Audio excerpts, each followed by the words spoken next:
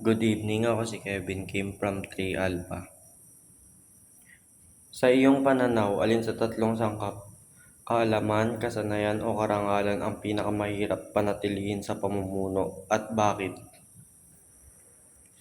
Para sa akin, ang pinakamahirap sa tatlo ay ang kaalaman dahil hindi pa sapat ang aking kaalaman at kahusayan sa pamumuno bilang isang maging leader.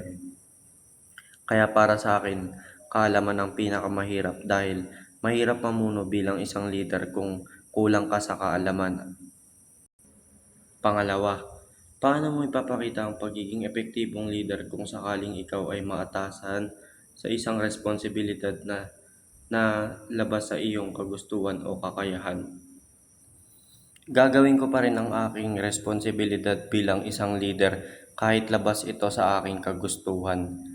Dahil ikaw ay leader kaya ikaw ang mamumuno sa isang grupo o isang pamumuno sa isang barangay o sa labas. At kaya mo rin naman itong ma-enjoy o mapaghandaan at mapag-aralan ang iyong kakayahan para maging isang epektibong leader.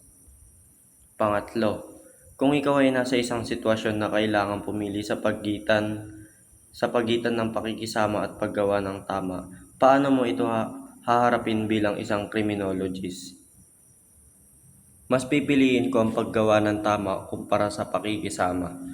Dahil ang paggawa ng tama, walang pinipiling oras kung gusto mo talaga makatulong o gumawa ng tama. Kesa sa pakikisama, minsan akala natin